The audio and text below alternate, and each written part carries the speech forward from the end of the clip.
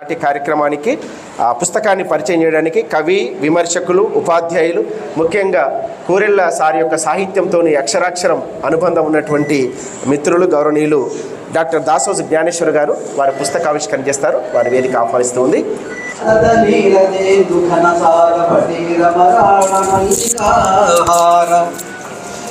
తుషారఫేన రజితాచలకాశఫణేశకుంద మందార సుధాపయోదిసిత తామర సామరవాహిని శుభాకారత నొప్పు నిన్ను మదిగానగనెన్నడుగల్గు భారతి.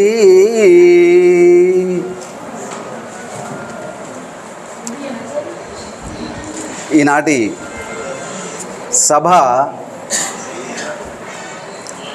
సభలో పాల్గొంటున్నటువంటి మనమందరం అదృష్టవంతులం, చరితార్థులం. దానికి కారణం మనకు తెలిసిందే. ఇలాంటి ఈ అద్భుతమైనటువంటి క్షణాలను ఆవిష్కరించుకునే సమయంలో ఈ సభకు అధ్యక్షత వహిస్తున్న శ్రీ వాకిటి రామిరెడ్డి గారు, ప్రజా ఉద్యమ కవి, ప్రజలకు మేలు జరుగుతుందంటే చాలు ముందుండి నడిపించే ఉద్యమ శిఖరం, సాహిత్యోద్యమ శిఖరం, తెలంగాణ ఉద్యమ శిఖరం మనందరినీ ముందుండి నడిపించి తాను అనుకున్నటువంటి చేపట్టేటువంటి ఉద్యమాన్ని ఫలితాలను సిద్ధింపజేసేంత వరకు అలుపెరగకుండా పోరాడుతూ మనల్ని ముందు నడిపించినటువంటి నందిని సిద్ధారెడ్డి గారు, మరియు పేరు చెబితే చాలు మన లోపల అనిర్వచనీయమైన అనుభూతి కలిగి స్ఫూర్తి కలిగించేటటువంటి మహనీయులు డాక్టర్ ఆచార్య కూరెళ్ళ విఠలాచార్య గారు.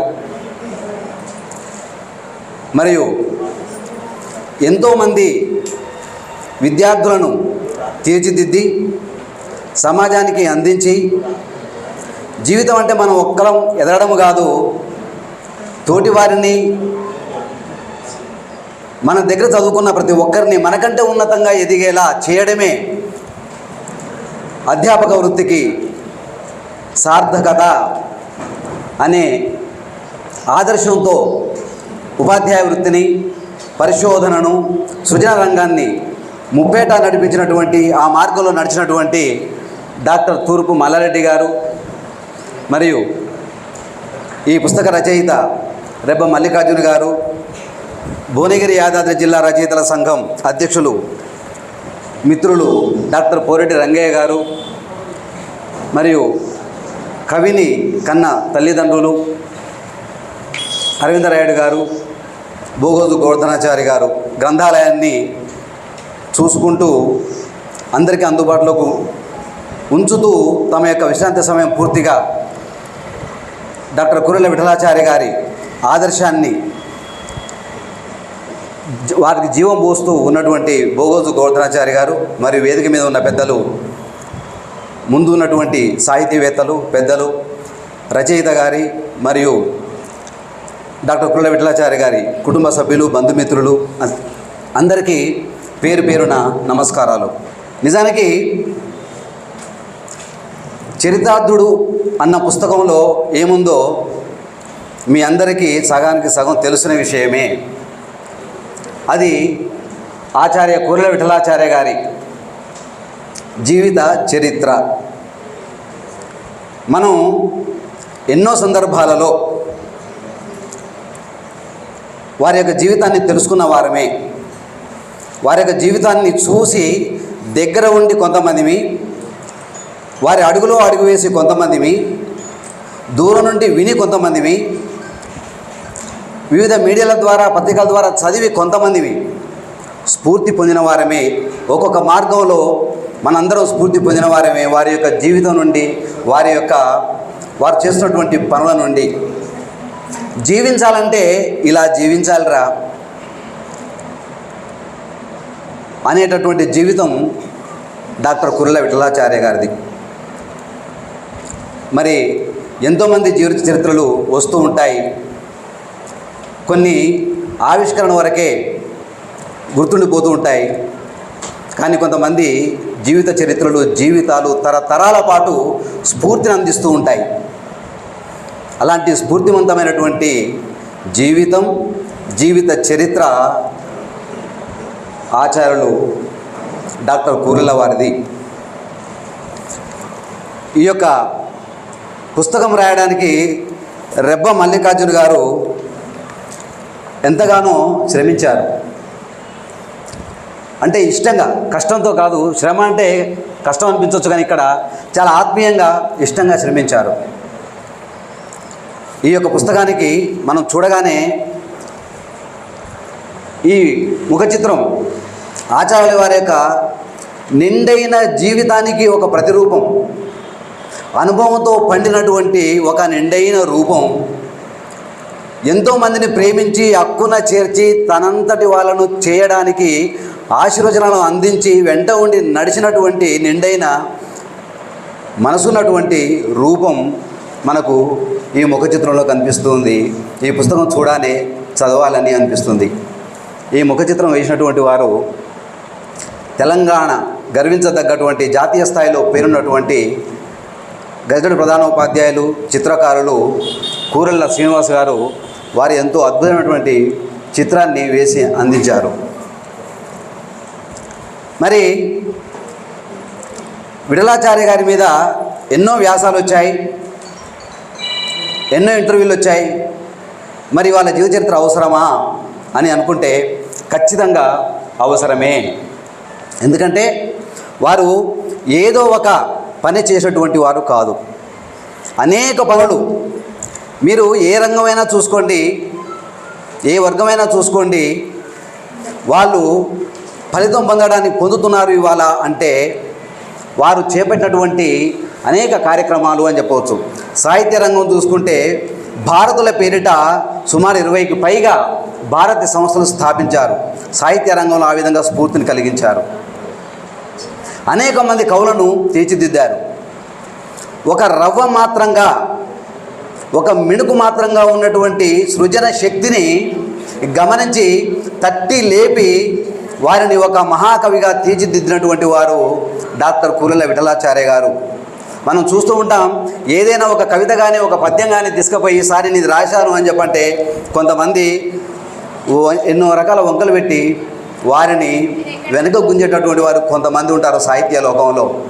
కానీ డాక్టర్ నందిని సిద్ధారెడ్డి సార్ లాంటి వాళ్ళు, విఠలాచార్య సార్ లాంటి వాళ్ళు, తూర్పు మల్లారెడ్డి సార్ లాంటి వాళ్ళు, డాక్టర్ పొరటి రంగయ్య లాంటి వాళ్ళు సాహిత్యమే జీవితం అనుకొని నేను ఏ ఒక్క వాక్యం రాసి ఏ ఒక్క పదాన్ని రాసినా కూడా అది సమాజంలో ఏ కొద్ది మంది స్ఫూర్తి పొందినా చాలు అని చెప్పని ప్రతి ఒక్కరిని చాలా బాగా రాశావయ్యా, నీ లోపల ఆ యొక్క మెరుపు ఉన్నది, నువ్వు ప్రయత్నం చేస్తే గొప్పవాడిగా అవుతావు అని చెప్పని ఎంతోమంది కవులను తయారు చేసినటువంటి మహానుభావులు వీరంతా.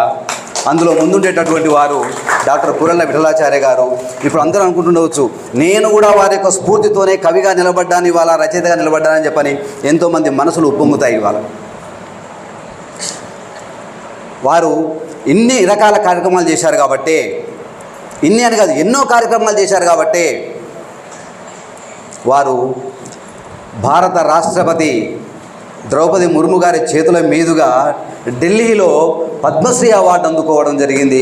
అది మన తెలంగాణకు, మన సాహితీ లోకానికి, మనందరికీ దక్కినటువంటి ఒక గొప్ప సన్మానమే, మనందరి దక్కిన సన్మానం అది. వారు అంటూ ఉంటారు, ఏమయ్యా సార్ మీకు వచ్చింది, మీ అందరూ సంతోషపడుతున్నామంటే అది మీదేనయ్యా, అది మీకేనయ్యా, మీరందరూ లేకపోతే నాకెక్కడిది అవార్డు, నేను నడుస్తున్నటువంటి దారిలో మీరందరూ నడిచి నన్ను సపోర్ట్ చేశారు కాబట్టి వచ్చింది, నా ఒక్కరి శక్తి గారు మీరందరూ అందించిన శక్తి అని మనల్ని ఉత్సాహపరచడానికి వారు అంటూ ఉంటారు. కానీ నిజానికి వారందరే మనందరికి శక్తి అందించినటువంటి ఒక జనరేటర్ లాంటి వారు. కాబట్టి అలాంటి వారి గురించి జీవిత చరిత్ర రాయకపోతే ఇంకెలాంటి వారి గురించి రాయాలి? అలాంటి వారి గురించి రాయకపోతే తరాలు నష్టపోతాయి. అందుకే అలాంటి వారి జీవిత చరిత్రలు రాసుకోవాలి, మనం చదువుకోవాలి, మన తర్వాతి తరాలు స్ఫూర్తి పొందాలి, ఇంతకంటే మంచి సమాజాన్ని మనం నిర్మించుకోవాలి. అందుకు వారి యొక్క జీవితం మనకు ఉదాహరణగా మన తర్వాతి తరాలు చూపించుకోవాలంటే ఇలాంటి పుస్తకం అవసరం. అదే మనసులో భావన చేసి రాసినటువంటి వారు మన రెబ్బ మల్లికార్జున గారు. అసలు ఇది పద్మశ్రీ, వాస్తవానికి పద్మశ్రీ అవార్డు రాకముందే 6 సంవత్సరాల క్రితం మొదలుపెట్టారు ఈ యొక్క యజ్ఞాన్ని తమ్ముడు రెబ్బ మల్లికార్జున్. దాశరథి అవార్డు వచ్చినప్పుడే మొదలుపెట్టారు. అది అంటే మామూలు విషయం కాదు. వారు చేసింది ఒక రంగంలో కృషి కాదు, అనేక రంగాల్లో కృషి చేశారు. కాబట్టి అవన్నీ సంఘటనలను వారితో చెప్పించడం, వారు సేకరించడం, అనేక పుస్తకాలు చదవడం, ఆయా ఉద్యమాలలో వారి యొక్క పాత్రను వారు తెలుసుకోవడం, సమీక్షించుకోవడం, మళ్ళీ నిర్ధారించుకోవడం. ఎందుకంటే రాసేది జీవిత చరిత్ర కాబట్టి అవ్యాప్తి దోషాలు ఉండకూడదు, అతివ్యాప్తి దోషాలు అసలు ఉండకూడదు. కొంచెం తక్కువ రాసినా పర్వాలేదు కానీ ఎక్కువ రాయకూడదు. జీవిత చరిత్ర సాధారణంగా 2 రకాల దోషాలు ఉంటాయి, అతివ్యాప్తి దోషం అని, అవ్యాప్తి దోషం అని చెప్పని. ఈ 2 దోషాలు జరగకుండా ఒక రకంగా తక్కడ పెట్టి సమానంగా 2 పళ్ళాలను సమానంగా చేసి తూచే విధంగా ఈ యొక్క జీవిత చరిత్రను రాశాడు రెబ్బ మల్లికార్జున్. జీవిత చరిత్ర రాయడంలో తాను విజయం సాధించాడని చెప్పని చెప్పవచ్చు. ఇక ఈ పుస్తకాన్ని చరితార్థుడు అన్న పేరు, ఈ పేరునే ఎందుకు పెట్టాలి? పద్మశ్రీ డాక్టర్ కుర్రెల విఠలాచార్య గారి జీవితం అంటే సరిపోదా? సరిపోదు, అది ఒకరికి చెందుద్ది. మేము ముందు అదే అనుకున్నాం, చాలామంది అనుకున్నాం. సార్ వాస్తవానికి విఠలాచార్య గారి తన యొక్క జీవితం గురించి అవసరమైనప్పుడు రచయిత అడిగినప్పుడు తన జీవితంలోని సంఘటనలు చెప్పారు, కానీ ఎక్కడ కూడా ఇలా చేయాలి అలా చేయాలని చెప్పని వారు మాకు మార్గనిర్దేశనం అంటే వారు చెప్పలేదు, వారు మా మీద ఒత్తిడి చేయలేదు. మీరు చేయండి, మీకు తెలుసు, మీకు ఎలా అనిపిస్తే అలా చేయండి, మీరు వాస్తవం చెప్పండి, అది చాలు అని చెప్పని అన్నారు. అయితే పుస్తకం అంతా తయారైన తర్వాత అంకితం తీసుకుంటున్నటువంటి డాక్టర్ తూర్పు మల్లారెడ్డి సార్ గారికి ముందు మాట కొరకు పంపించడం జరిగింది. అప్పుడు వారు చెప్పారు, ఈ పుస్తకానికి చరితార్థుడు అని పేరు పెడితే బాగుంటుంది అని చెప్పన్నారు. మీరంత గొప్ప పేరు చూసినందుకు చాలా ధన్యవాదాలు సార్. ఆ పేరులో తర్వాత ఆలోచిస్తే ఇందులో ఎంతో లోతైన అర్థం ఉంది, విస్తృతమైన అర్థం ఉంది, విశాలమైన ప్రయోజనం ఉంది ఆ యొక్క పేరులో. ఎందుకు అంటే వారు చెప్తూ ఉంటారు, నేను పుట్టిన తర్వాత 5వ నెలలోనే నేను తండ్రిని కోల్పోయాను. 15 సంవత్సరాల వయసున్న అప్పుడు 15 సంవత్సరాల వయసున్న మా అమ్మ నన్ను ఎంతో కష్టపడి పెంచింది. మా మేనమామ గారు ఆదరించారు. ఆ తర్వాత బాల్యంలో విద్యాభ్యాసం చేయాలంటే నా పరిస్థితులు అనుకూలించలేదు. అలాంటి సమయంలో ఈ యొక్క సమాజం నన్ను చదివించింది. నేను వారాలు చేసుకొని చదివాను. ఈ సమాజం నన్ను హక్కున చేర్చుకుంది. కాబట్టి నా జన్మ సార్థకం చెందాలంటే, ఇంతమంది కృతజ్ఞత తీర్చుకోవాలంటే నేను సమాజానికి తిరిగి ఇవ్వాలి. నేను ఎంతైతే పొందానో సమాజం నుంచి, నేను జీవితం పొందాను, నా జీవితం సమస్తం సమాజానికి ధారపోయాలి అని చెప్పి నిర్ణయించుకున్నటువంటి వారు ఆచార్య గోరెళ్ళ వారు. అందుకే మనకు ఆయన ఆదర్శం, మన తర్వాతి తరాలకు ఆదర్శం.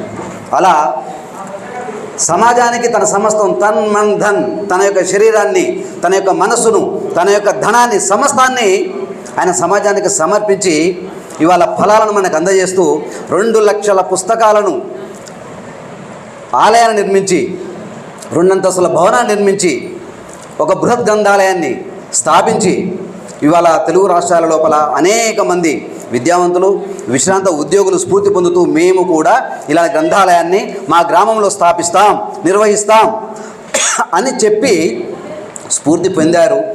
అంటే వారి తర్వాత కాదు ఫలాలు, వారు ఉన్నప్పుడే అద్భుతమైన ఫలాలు వస్తూ ఉన్నాయి. కాబట్టి వారు చరితార్థుడు. ఎంత మంచి పేరు చూపించారు సార్, మీకు ధన్యవాదాలు నిజంగా. అదేవిధంగా మల్లారెడ్డి సార్ ముందు మాట రాస్తూ ఒక మాట అన్నారు. వారికి విఠలాచార్య సార్ గారితో పరిచయం ఏర్పడ్డ తర్వాత వారు సాహిత్యపరంగా ఎలా స్ఫూర్తి పొందారో వారు చెప్పారు తన యొక్క ముందు మాటలో. వారు ఏమంటారంటే, నేను పరిచయం అయిన తర్వాత వటవృక్షం లాంటి డాక్టర్ కురెళ్ళ విఠలాచార్య గారి వటవృక్షం లాంటి నీడలో చేరుకున్నాను అని చెప్పని వారు తన యొక్క ముందు మాటలో చెప్పారు. సార్, ఇక్కడ కొంతమందికి అనుమానం వస్తుంది, వటవృక్షం యొక్క నీడలో మరి వృక్షం నీడలో ఏ మొక్క మలవదు అని చెప్పంటారు. అంటే వారు చెప్పింది మరి వృక్షం యొక్క నీడకు మేము అంటే మేము ఎదుగుతున్నటువంటి క్రమంలో, సాహిత్యంలో అడుగు వేసి నడుస్తున్నటువంటి క్రమంలో మాకు ఒక మార్గనిర్దేశనం చేసి మమ్మల్ని ముందు నడిపించేటటువంటి ఒక గొప్ప వ్యక్తి దొరికితే చాలు అనుకున్నటువంటి సమయంలో మాకు ఈ మహానుభావుడు దొరికాడు, మేము సేద తీరాము, మేము ముందు అడుగేసుకునేటటువంటి అవకాశం దక్కింది అని చెప్పని వారు చెప్పారు. వారు తన యొక్క అభిప్రాయం ఇంకొక రకంగా కూడా చెప్పారు. తర్వాత మళ్ళీ ఏంటంటే, వటవృక్షం మీద ఎన్నో రకాల పక్షులు జీవులు నివసిస్తూ ఉంటాయి. అవి కొమ్మల మీద నుండి ఆకాశంలోకి అవి విహరిస్తూ ఉంటాయి. ఈ విశాలమైనటువంటి ప్రపంచం అంతా నాదే అన్నట్టు భావంతో విహరిస్తూ ఉంటాయి. వటవృక్షం మీద ఉన్నటువంటి పక్షులు లాంటి వాళ్ళు మనం అందరం. అలాంటి వటవృక్షం ఆ యొక్క విఠలాచార్య గారు అని చెప్పని మరొక విస్తృతమైనటువంటి అర్థం, లోతైన అర్థం చెప్పారు వారు. అంటే మనం అందరం వారి యొక్క నీడలోనే కాదు, వారి భుజాలను ఎక్కి మనం కొమ్మల్లాగా ఆసరా చేసుకొని మనం ఎగిరేటటువంటి సాహితీ పక్షులు మనమంతా కూడా. అలా ఎగిరిన వారందరూ. అందుకనే ఊరూరా పోతన అనే ఒక ఉద్యమాన్ని తీసుకొచ్చినటువంటి వారు ఊరూరుకు ఒక పోతనను వారు సిద్ధం చేసేటువంటి వారు. ఎంతమంది కవులు ఒక పోతన ఉంటే చాలండి. 500-600 సంవత్సరాల క్రితం పోతన మనకి ఇంకా స్ఫూర్తిని రగిలిస్తూ ఉన్నాడు. ఆ పోతన పద్ధతితో మనం ఇవాళ ప్రారంభం చేసుకున్నాం సభను. అలా ఊరూరుకు పోతనను మొదలుపెట్టారు. అంతేకాకుండా వారు ఇంత గొప్ప మహానుభావుడి యొక్క జీవిత చరిత్రను అంకితంగా తీసుకున్నందుకు నా జన్మ ధన్యమైంది, నేను చరితార్థుని అని చెప్పని వారు భావిస్తున్నారు. మల్లారెడ్డి సార్ గారు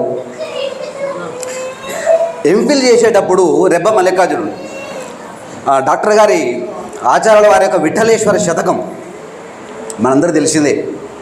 ఆ శతకం ఎంత గొప్ప కీర్తి గడించిందో, ఆ యొక్క పద్యాలు చదివినటువంటి వాళ్ళు, వినటువంటి వాళ్ళు, స్ఫురణకు తెచ్చుకున్నటువంటి వాళ్ళు ఎవరూ లేరు మన సాధారణ తెలంగాణ జిల్లా లోపల, ముఖ్యంగా మన యొక్క ఉమ్మడి నల్గొండ జిల్లా లోపల.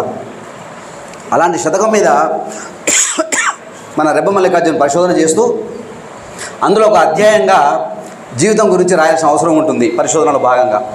ఆ రోజు బీజం పడింది సార్ గారి యొక్క జీవితం గురించి విస్తృతంగా రాయాలి అని చెప్పని. మల్లికార్జున్ చాలా అదృష్టవంతుడు. ఎందుకంటే నేను వెల్లంకిలో పనిచేస్తున్నప్పుడు డాక్టర్ సార్ తోటి నాకు 33 సంవత్సరాల పరిచయం.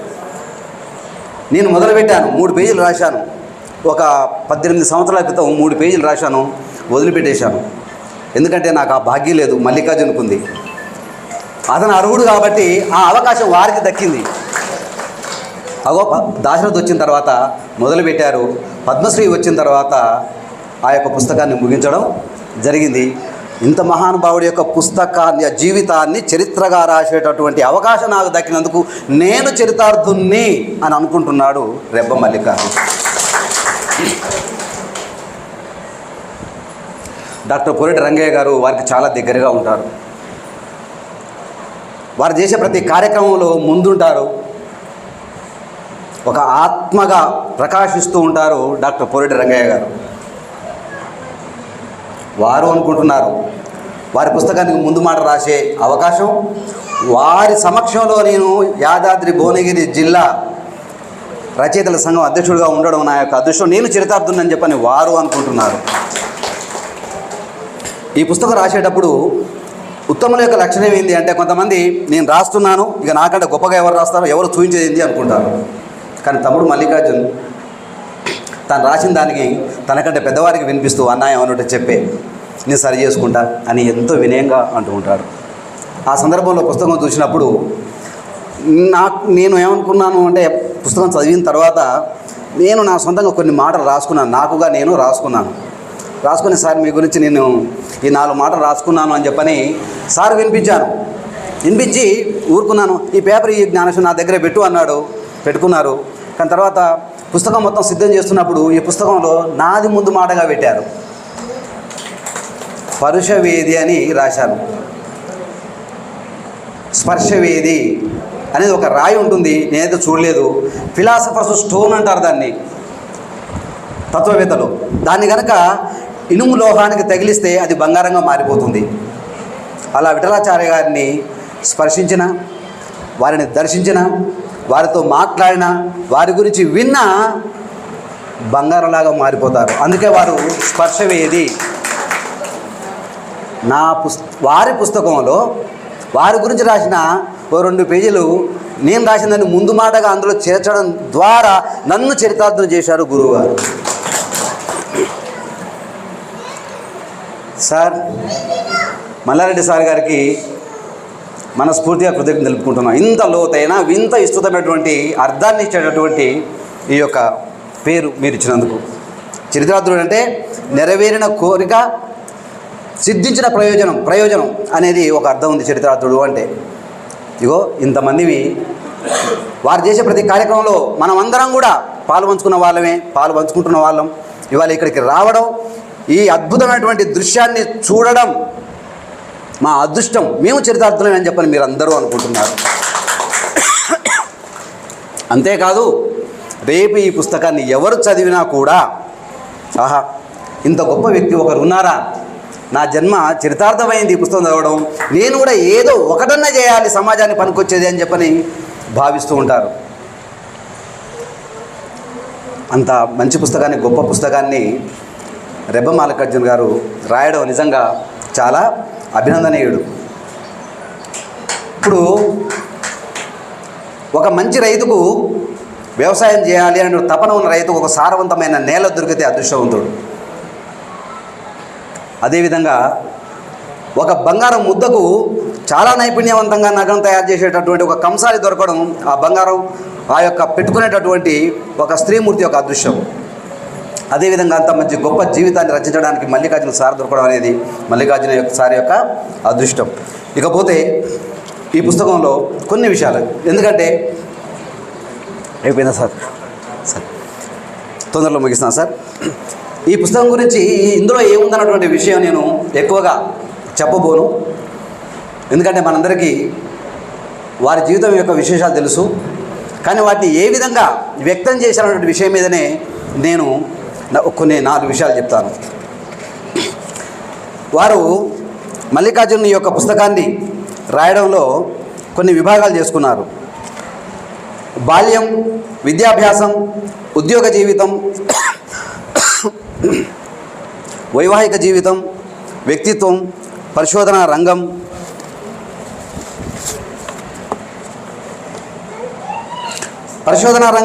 సాహిత్య సేవ, సామాజిక ఉద్యమాలు, సాహిత్య, సాంస్కృతిక, సామాజిక, విద్య, ఆధ్యాత్మిక ఉద్యమాలు.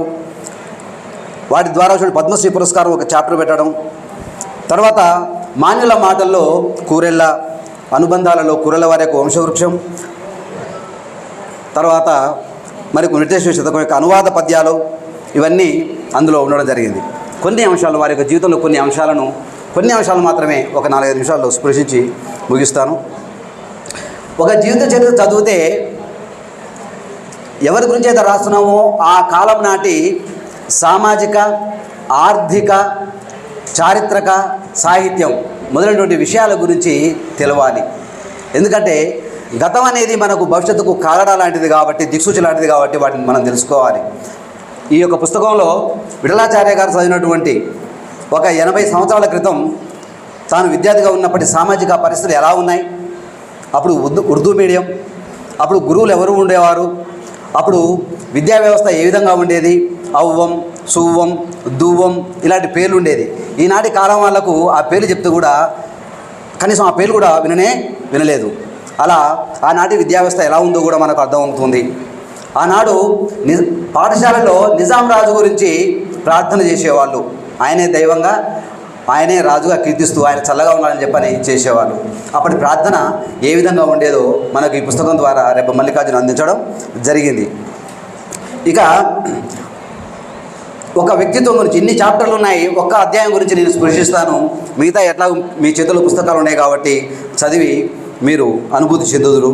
వారి యొక్క వ్యక్తిత్వం కనుక చూసినట్లయితే ఒక సాహసవంతుడు, ధైర్యవంతుడు, సౌజన్యం, దయాగుణం, క్షమాగుణం, కృతజ్ఞత, ఇవన్నీ వారి లోపల ఉన్నటువంటి విషయాలు.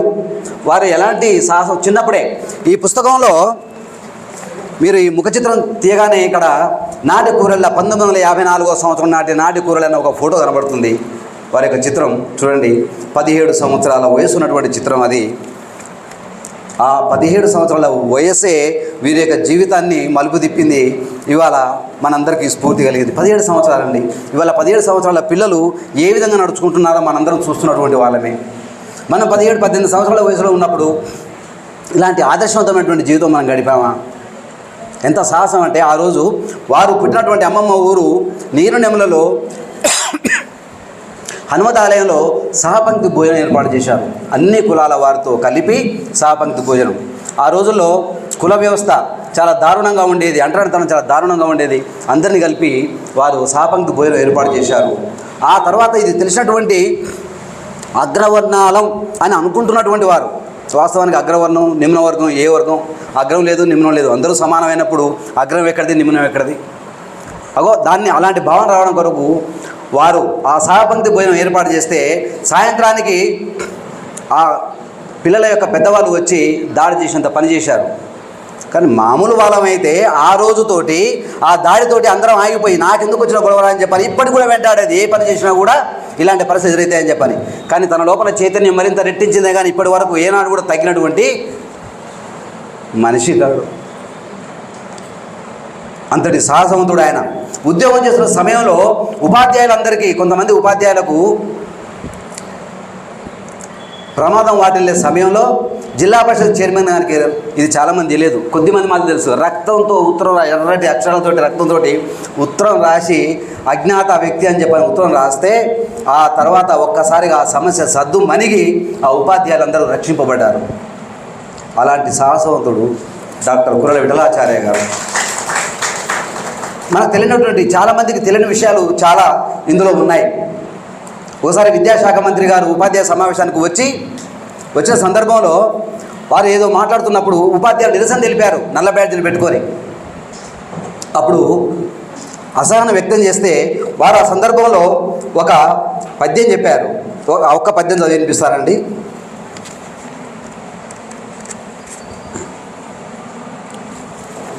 ఒక 118 పేజీలో ఉంటుంది.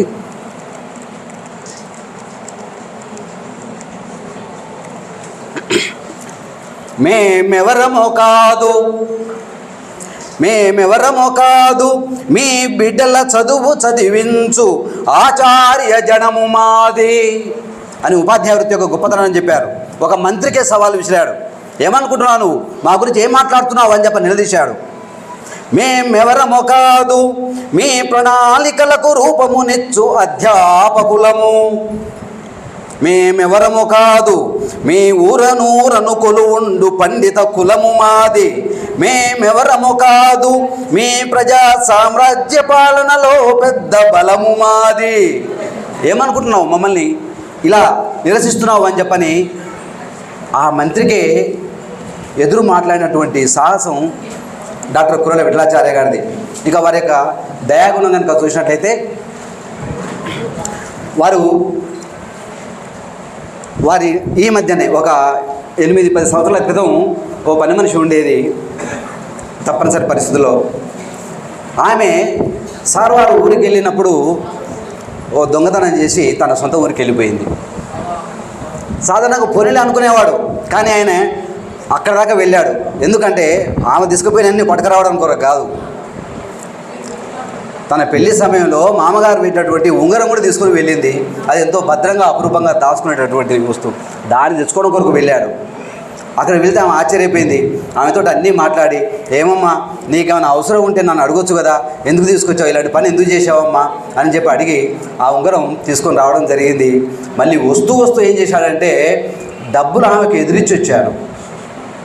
అమ్మా నువ్వు ఈ పని చేసినావంటే నీ గుణం అలాంటిది అయ్యి ఉంటుంది కాదు, నీ దొంగ గుణం కనుక ఉంటే నువ్వు ఒక ఇంట్లో పని చేసేదానివి కావు, కష్టాన్ని నమ్ముకున్న దానివి, కానీ నువ్వు ఈ పని చేసావు, నువ్వు ఎంత ఆపదలో ఉన్నావో తల్లి, ఇగో తీసుకో అమ్మా, నీగో నేను ఈ డబ్బులు ఇస్తానని చెప్పి డబ్బులు ఇచ్చి వచ్చారండి.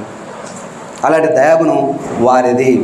చిన్నప్పుడు 2 స్కాలర్షిప్స్ వస్తే, ప్రతిభా స్కాలర్షిప్ ఒకటి, బీసీ స్కాలర్షిప్ వస్తే ఒక స్కాలర్షిప్ ప్రతిభా స్కాలర్షిప్ దానొచ్చుకొని మరొక బీసీ విద్యార్థికి ఉపయోగపడుతుందని చెప్పని ఆ స్కాలర్షిప్ను మరొకరికి దానం చేసినటువంటి వ్యక్తి. ఆ చిన్న వయసులోనే ఆ గుణాలు ఆయన లోపల పుష్కలంగా ఉన్నాయి. మొక్క పువ్వు పుట్టగానే పరిమళిస్తుంది అంటారు. ఇగో ఈనాడు మనం విఠలాచార్య గారు చూస్తున్నటువంటి ఈ గుణాలన్నీ చిన్నప్పుడే అవన్నీ ఆవిష్కరించబడ్డాయి. ఆ యొక్క పుష్పం, ఆ యొక్క పద్మం అలా పుట్టగానే వికసించినటువంటి గుణాల చేత వికసించినటువంటి వారి యొక్క జీవితం. ఇక చాలా అనేక విషయాలు ఇందులో ఉన్నాయి. ఆ పుస్తకం ఇంకా చాలా, వారి యొక్క జీవితం 86 ఏళ్ల జీవితం చెప్పాలంటే 214 పేజీల ఇది చిన్న పుస్తకం, సమయం కూడా చాలా చిన్నది. చివరిగా ఈ పుస్తకంలో సుమారు 70 పద్యాలు ఉన్నాయి. వారు రాసినటువంటి పద్యాలు వారివి, వచనం మల్లికార్జునది. అందమైన, సుందరమైన, సరళమైనటువంటి వచన రచన చేత జీవిత చరిత్రను అందించారు. ఇది మొత్తంగా చూస్తే ఎలా ఉంది అంటే ఒక చెంపు కావ్యం లాగా ఉంది. ఇది ఒక చెంపు కావ్యం లాగా ఉన్నది. దీన్ని చదివి అనేక మంది అందరూ స్ఫూర్తి పొందేటటువంటి ఒక గొప్ప జీవితాన్ని అందించినటువంటి డాక్టర్ కురెళ్ళ విఠలాచార్య గారికి వారి యొక్క పాదపద్మాలకు నమస్కరిస్తూ, మరియు అంత గొప్ప మంచి పుస్తకాన్ని అదే స్థాయిలో రాసి న్యాయం చేకూర్చినటువంటి రెబ్బ మల్లికార్జున తమ్ముడికి అభినందన తెలియజేస్తూ, నాకు ఇచ్చిన ఈ యొక్క అవకాశానికి కృతజ్ఞత తెలియజేస్తూ ముగిస్తున్నాను. దాసరాజు జ్ఞానేశ్వర్ గారికి ధన్యవాదాలు. నిజానికి తక్కువ విషయం తెలుసుకుంటే ఎక్కువ మాట్లాడవచ్చు, ఒకరి గురించి ఎక్కువ తెలుసుకుంటే ఎట్లా తక్కువ చేసుకోవాలి కష్టం అవుతుంది. కాబట్టి జ్ఞానేశ్వర్ గారికి కూరెళ్ళ సార్ గురించి 86 ఏళ్ల చరిత్రతో తెలుసు. ఇప్పుడు దాన్ని 86 నిమిషాలకు లేదా 10 నిమిషాలకు తగ్గించుకోవడం అంటే కొంచెం కష్టమైనటువంటిది. కాబట్టి వారిని అన్నిదా భావించదు. సమయం ఇప్పటికే మనం 12 కావస్తుంది. ఇంకా అతిథులు మాట్లాడాలి, ఇంకా చాలా విషయాలు. కాబట్టి అందరూ కూడా అంటే ఒక ముఖ్య అతిథి మినహాయించి మిగతా అందరూ కూడా వర్తిస్తుందని భావిస్తూ